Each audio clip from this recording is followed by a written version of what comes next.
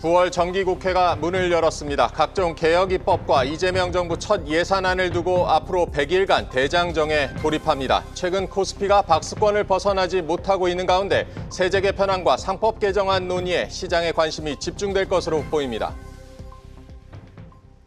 네, 산업부 이지호 기자와 관련 소식 알아보겠습니다. 이 기자, 3차 상법 개정안 자사주 소각 의무화를 지금 골자로 하고 있고요. 그래서 좀 자사주 비중이 높은 기업들을 저희가 주목을 해야 될 텐데 오늘 가져온 기업은 롯데지주. 롯데지주의 자사주 비중이 어느 정도 됩니까? 네, 일단 제가 유통 출입을 하고 있기 때문에 네. 유통 대기업 중심으로 자사주 보유 비중을 살펴봤습니다. 롯데지주는 유통 대기업 가운데 1위였는데요. 자사주 보유 비중이 27.5% 수준입니다. 지난해 말에 32.5%였는데요. 최근에 롯데물산의 5%를 처분하고도 여전히 높은 상황입니다. 보시는 것처럼 SK가 24.8%, 두산이 17.9%, HD현대 10.5% 등입니다.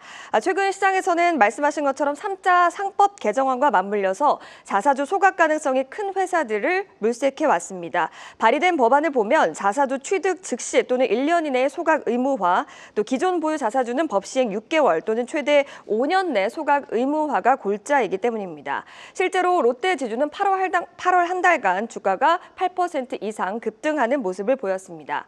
자사주 소각은 기업이 취득한 자사주를 영구적으로 없애는 조치를 의미합니다. 발행 주식수가 줄어들기 때문에 기존 주주의 지분 가치는 높아지는 효과가 있습니다.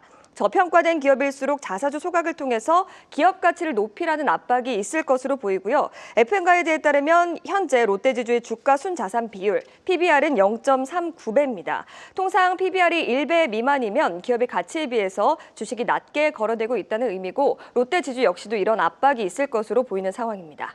네, 시장의 반응으로 보듯이 자사주를 많이 보유하고 있는 기업들, 상법 개정에 따라서 주가 상승 기대가 높아지게 마련인데 이런 시장 반응과는 달리 롯데지주 입장에서는 좀 발등에 불이 떨어졌다고요? 네, 맞습니다. 일단 롯데 측에서는 자사주 보유 비중 높은 것은 2017년에 지주자 전환 당시에 구조적으로 쌓인 자사주다 이렇게 해명을 하고 있습니다. 계열사 지분이 당시에 자사주로 넘어온 거고요. 이 구조가 지금까지도 이어졌다라는 의미입니다. 다만 법이 개정되면 이런 것들은 인정받기 어려울 것이라는 전망이 나옵니다. 특히나 롯데지주를 포함한 일부 기업에서는 자사주를 경영권 방어 수단으로 활용한 만큼 발등에 불이 떨어진 상황입니다. 일례로 적대적 M&A 시도가 있을 경우에 우호 세력에게 자사주를 넘기면 의결권 행사가 간접적으로 가능해집니다. 지난 2018년 미국계 헤지펀드 엘리엇의 공격에 현대차그룹이 취한 방식이기도 한데요. 롯데지주의 지분율을 보면 자사주를 제외하고 신동빈 회장이 13%, 호텔롯데가 11.1%, 롯데알미늄이 5.1% 등입니다. 실질적인 우호 지분 취합해보면 29% 내외입니다. 증권가에서는 안정적인 경영권을 위해서는 최소 30% 이상의 지분이 필요하다고 분석하고 있습니다. 여기에 신동빈 회장은 일본 롯데홀딩스를 통해서 호텔 롯데와 또 롯데지주로 이어지는 간접 지배 구조를 유지하고 있습니다.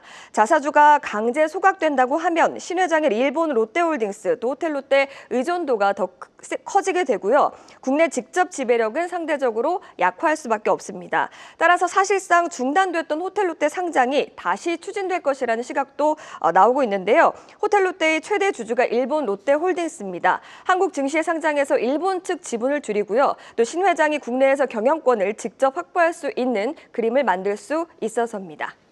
네, 호텔 롯데의 상장 추진 가능성도 있다. 어쨌든 법이 자사주 소각을 의무화하게 되면 법을 당연히 따라야 될 테고 증권가에서는 롯데지주 어떻게 전망하고 있습니까? 일단 법을 따라야 되는 만큼 자사주 소각은 유력하다고 보고 있었습니다. 다만 전량 소각은 현실성이 조금 낮고요. 절반이 10에서 15% 정도를 소각할 가능성이 크다고 전망하고 있었습니다. 남은 자사주 물량 일부는 매각해서 경영권 방어에 활용할 것으로도 예상이 됩니다. 장기적으로 호텔 롯데 상장이 본격화하면 지배구조 개편과 맞물려서 추가적인 조치도 있을 수 있다는 예상입니다.